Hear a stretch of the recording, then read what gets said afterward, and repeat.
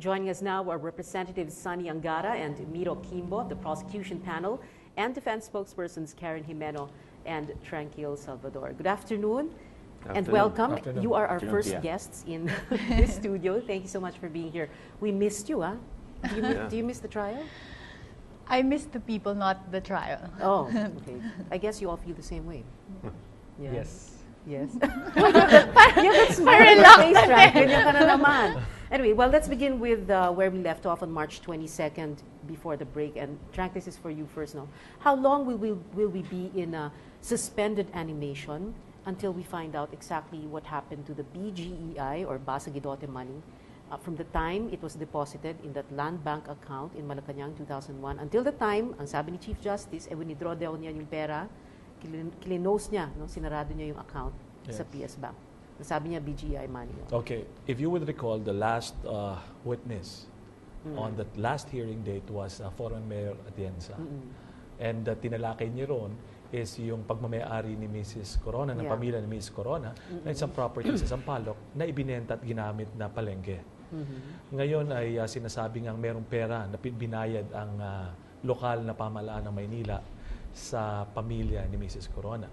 Yun ang gusto ninyong masundan, and yan ay kailangan yun hintayin dahil sa mga susunod na araw magsimula sa Mayo 7 and we will start presenting our evidence again. In other words, ayaw niyo pang sagutin yun? Siguro ho, sinusundan ko yung laging paalala ng ating Senate President na kami bilang tagapagsalita, pwede kami magsalita ng lahat ng bagay na gusto namin. Mga bagay na nangyari na o kakapangyari lang. Pero yung mga ipipresenta pa sa husgado ay iniingatan namin hindi ito pag-usapan. Congressman Sunny Angara, does the prosecution have a theory about the Basagidote money?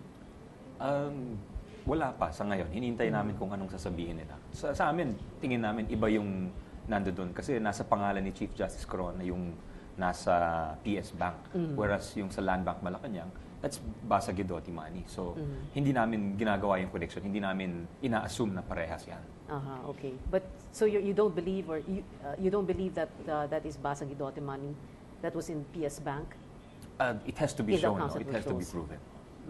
You're being careful about your answers now. Kinausap ba kayo ni Senator Enrile? That's what the break does. Yeah, that's what the break does. What happens? What happened during the break? Well, I guess we get a little bit rusty, and we kind of lose touch with the issues. But yeah, just echoing what Sunny said is, we clearly think, or of the strong conviction that the money that so far has been uncovered in only 3 accounts, 2 accounts in PS Bank and 1 account in BPI, it's not Basagidote. At this point in time, the Basagidote 34.7 million proceeds from the City of Manila is going to be used by the defense as a panacea to answer for all these unexplained deposits which were not in any way declared in the SALN. The defense will have to show carefully that in fact, the very proceeds, so easy to show. I mean, if it's deposited in Land Bank Malacanang, how did it go to reach into the solitary single account of the Chief Justice? It wasn't a joint account. It was an account purely of the Chief Justice. And let's not forget, Pia, sinasabi ni CJ na hindi siya nakikialam sa affairs ng Basagidote. And yet, it seems to be, we seem to be implying na yun yung pera na nasa pangalan niya. So, parang contradictory yun, di ba? Karen Jimeno, you know what I'm curious about? No?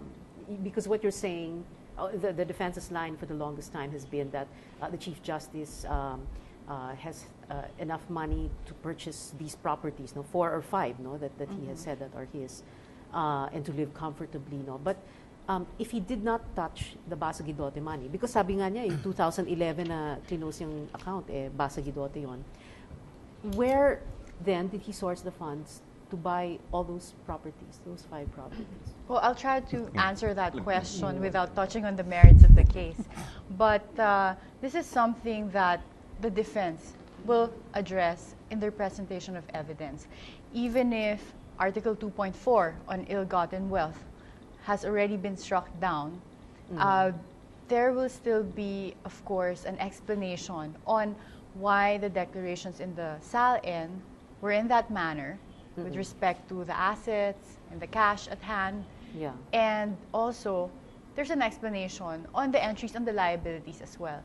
That's why the defense took pains as well to prove that there was 34 million pesos paid by the City of Manila to Basa Guidote Enterprises. Because if you recall, there was a point when the prosecution was presenting evidence and they were trying to prove that that entry, which referred to 11 million pesos taken as a loan by the Corona spouses, there was an implication that there was no money from Basa Guidote Enterprises to even lend to the Corona spouses.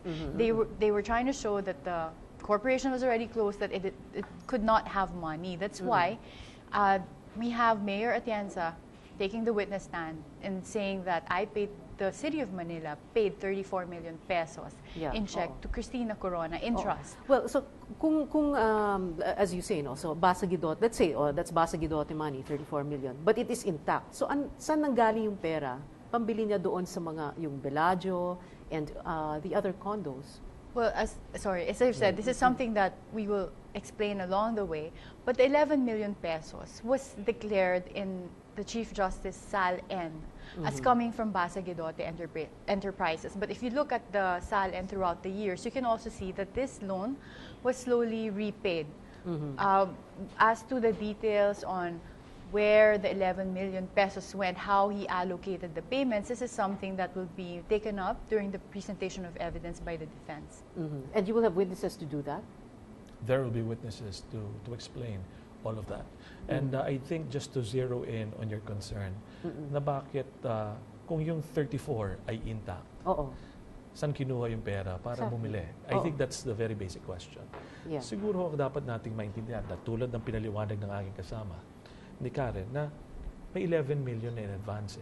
Kaya nga sila, they took pains in trying to destroy the theory that Basa Guidote is actually an existing corporation.